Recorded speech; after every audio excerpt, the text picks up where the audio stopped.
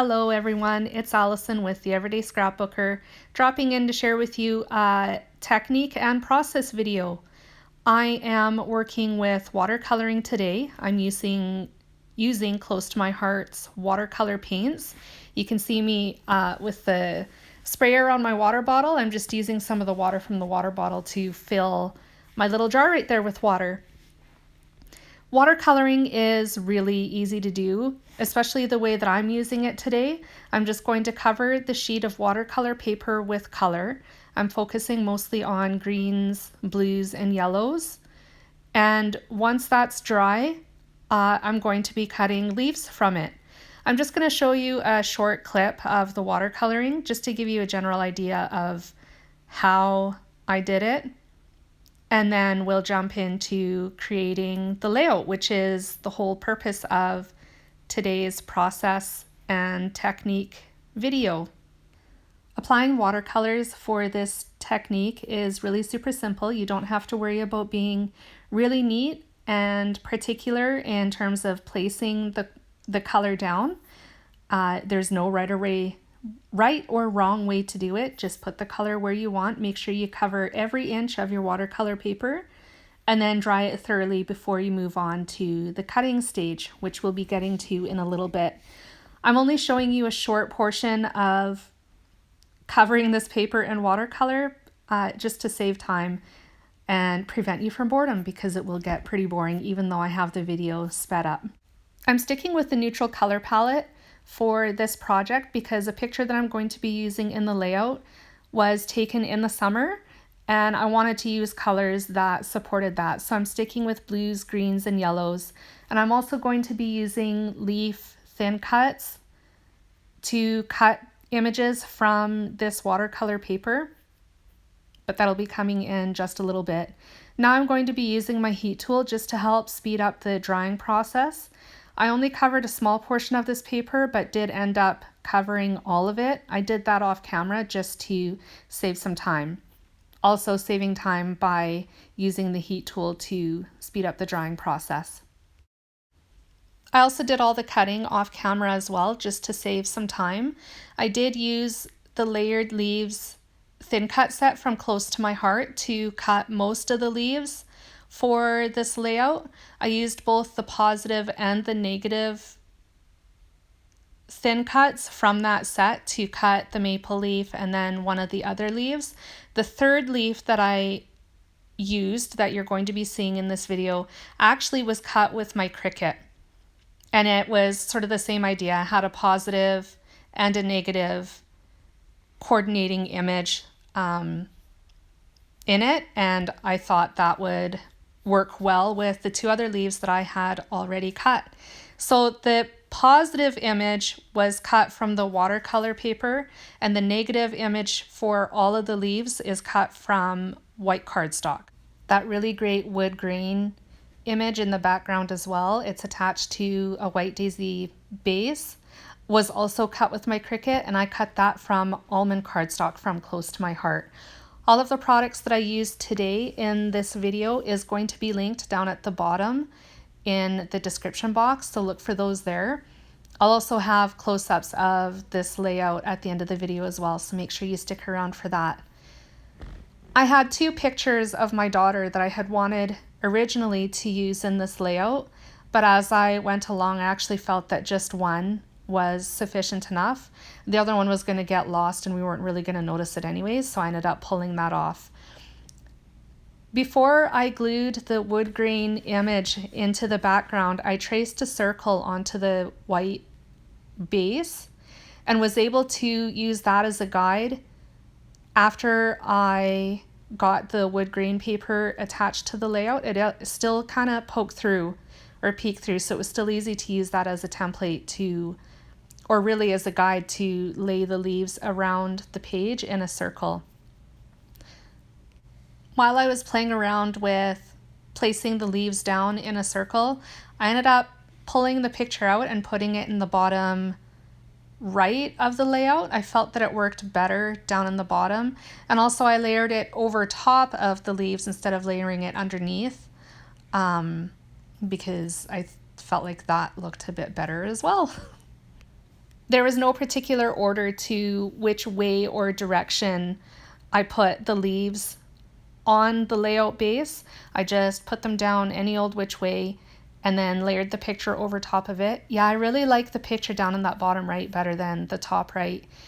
And rather than moving the leaves, I'm just using my liquid glass and tacking everything into place where they are so that I don't forget where I wanted them and nothing gets lost or moved, because I was really happy with where they were at right now. To save time, I turned the camera off after I got everything tacked into place. Still using my liquid glass, but I just glued all the leaves where they were to make sure they didn't move or pop off for any reason. The inspiration for this layout came from another layout that I created a while back. And after sharing it to my Facebook page, I heard that some people were interested in learning how I created it. So I decided to do this process video and technique to share that with you. It really is very simple, but that layout is a little bit different than this one because I heat embossed on the watercolor paper instead of cutting it with thin cuts. And then after I heat embossed the image, I fussy cut them out. They were flowers. I will include a picture of that layout at the end of this video as well. So if you're interested in seeing that one, you'll have to wait to the end of the video and stick it out until then. Phew, now that I have all those leaves glued into place, I go back to my picture and start layering extra leaves that I had over top of the photo.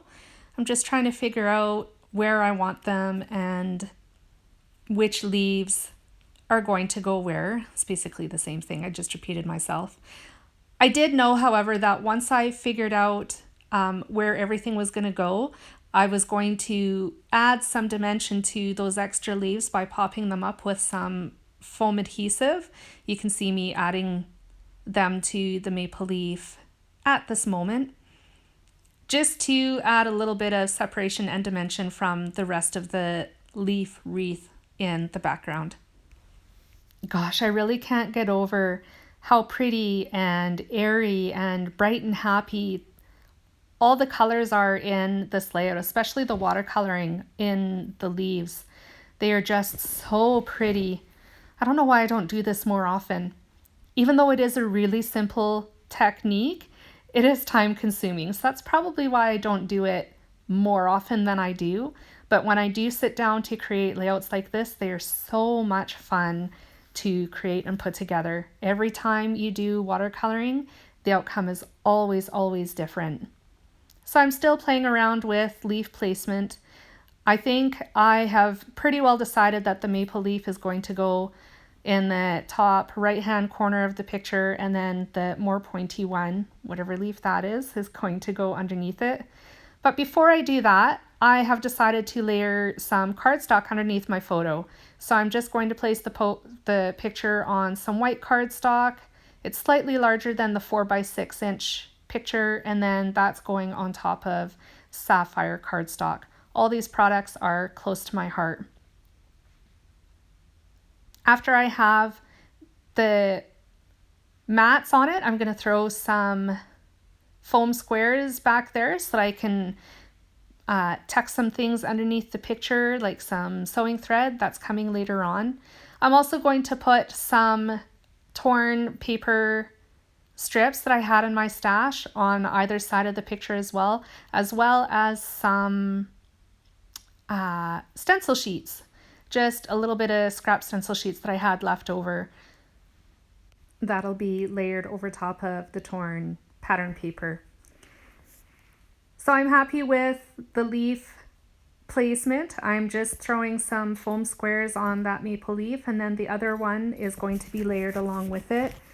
I'm just adding the foam squares to parts of the leaf that hang off of the picture so that they stay put, basically. I'm going to go back afterwards later on with the more pointy leaf and add some adhesive tape to it before putting it back on the layout. But first I just wanted to get those paper strips tucked up underneath my picture. So I'm adding one to that would be the right side, and then I'll flip the layout around and put the other one on the left side. Once I have that done, I'll take the stencil sheet scraps that I had and place them over top of the torn pattern paper. I wanted to leave enough of the pattern paper peeking out from behind the photos so that I could layer the stencil sheet over top of it. I really like using this little tip technique because it makes it seem like you're using a lot more paper than you actually are.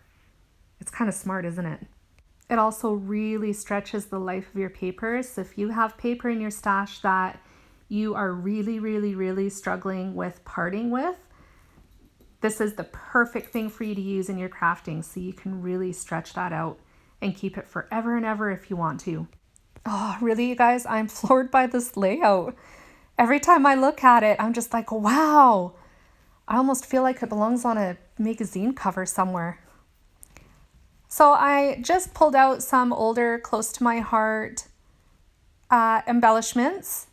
And I'm going to be using the Wild About You sticker from one of their older collections. I can't remember. I think it's called Something Fierce. And I also pulled out some wood shapes, all from close to my heart, that I had in my stash as well. And I'm going to be embellishing my layout with some of those too. I do have some cork embellishments. They're also from close to my heart. I can't remember what collection.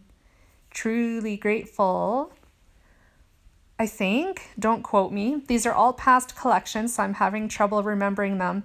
But I do use the cork leaf embellishments to add just a few more leaves around the layout as well, just to pull in some more of the browns and the neutrals.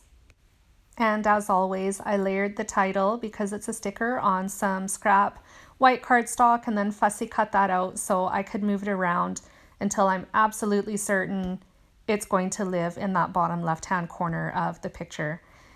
You can see that I've got the cork leaf embellishments out now, and I'm just going to sprinkle them around the layout outside of the wreath that I've already created. I do actually end up throwing a couple of them on the popped up leaves as well, just to help create that visual triangle that is so important in scrapbooking. It's like scrapbooking 101, one of the first things that you learn in design. It's a design principle. Oh, that's what I'm trying to say in a really roundabout way. So, but anyways, I use that as a tool to help draw your eye around the page and have 3 definite focal points. I'm happy with the title being in that bottom left-hand corner, so I'm just adding my favorite foam squares to them, or to it, and I'll be placing it down there at the bottom, and then the 2 stars that I have lying out there will be glued next to it as well with some liquid glass. I know at this point too that I want to use some sewing thread to tuck underneath the title and the photo, both at the top and the bottom of the title, and then I end up throwing some more sewing thread in the top right hand cluster at the top of the picture as well. I'm doing that right now. I was just going to say that is coming, but I beat myself to it, I guess. The whole sewing thread thing is really simple. Just bundle it up. Don't be neat about it. And stuff it under your pictures, embellishments, wherever it is you want on your layout. Throw it on there. All it takes is a little bit of glue, or even your adhesive, like tape runner glue. That works really well to adhere sewing thread as well. I am finding that using liquid glass probably isn't the best adhesive for it. I find it would rather stick to my fingers than the sewing thread.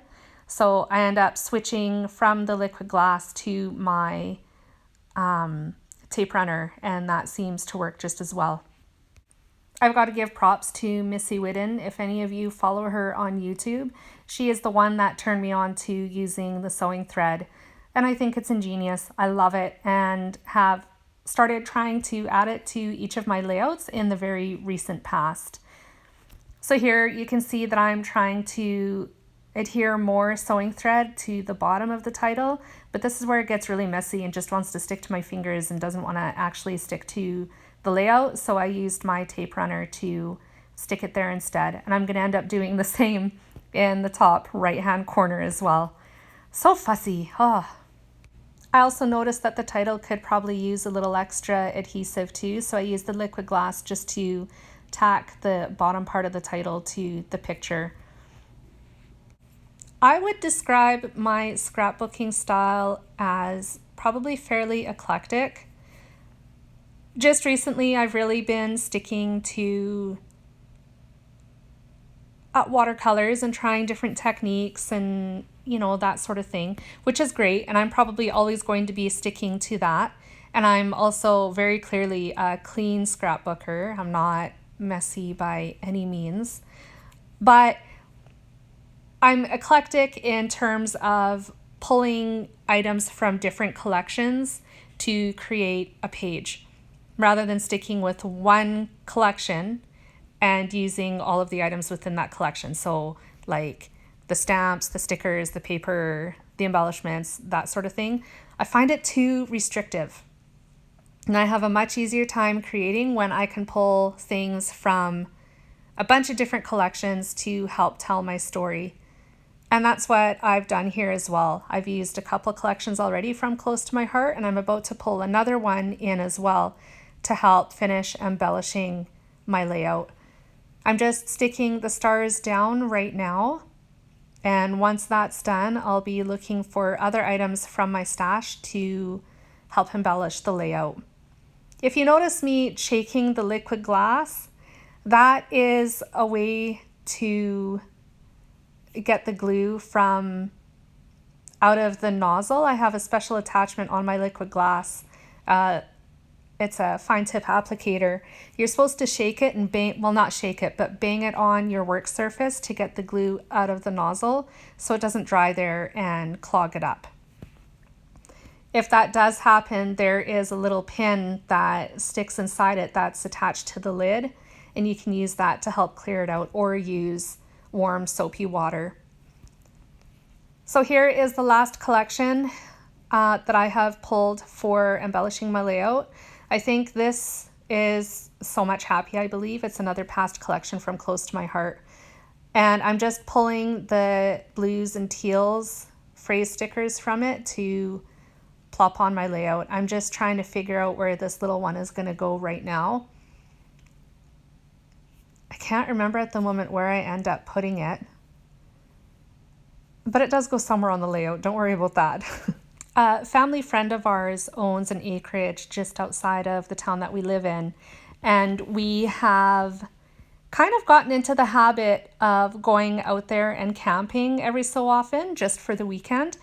We usually keep our camper there over the winter anyways, and sometimes we bring it back over the summer and camp with them for a weekend.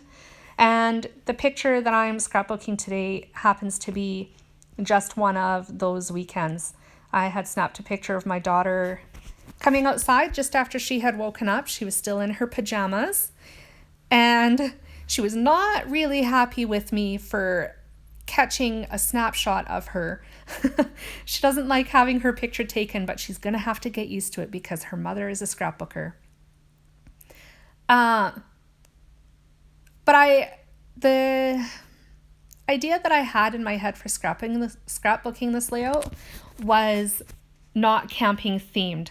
I wanted to somehow think of like a woodland theme or something nature themed, something along those lines. So when I found the Wild About You sticker in the Something Fierce collection, I thought it was perfect for this particular layout. It wasn't anything too campy, and it was perfect for driving home the nature theme of my layout. I'm just picking up my layout to have a look at it from a different angle. It always looks a little bit different when you hold it up and look at it straight on instead of looking down on it. So I just am looking at it for reference just to see how I like things and where they are put. Now I'm just adding those extra cork leaves that I had. I've got a little phrase sticker there layered onto the maple leaf, and I am going to be adding one to the bottom as well. It's right next to the title, at the bottom of the title actually, on the leaf there. Now I'm going to be adding the date. It's super simple. I'm just going to stamp it on some scrap white cardstock using my date stamp. And then I'm going to trim it out and glue it to the very bottom of the photo. And with that, this layout and process video is done. It's complete. I hope you enjoyed the video and the process that I shared with you today. I really hope that the technique that I shared with you inspires you to try it. Yeah. Watercoloring is really easy to do. There's really no right or wrong way to do it. And it looks really fantastic when you stamp images over it and either fussy cut them out or cut them with your Cricut and layer other images over top of them. If you try this technique, please let me know. If you enjoyed this video as well, please let me know. I'd love to hear from you. Give my video a like and a thumbs up. And if you want to see more videos like this, make sure you hit subscribe and tap that little bell in the top right corner so that you don't miss anything from me in the future. And once again, I will have close-ups of this layout and a picture of the other layout that I mentioned at the end of this video as well. Make sure you check them out, and also make sure you check out my other social media sites as well for even more inspiration. There's a lot there, both on my Instagram and my Facebook page. Thanks, guys. See you soon.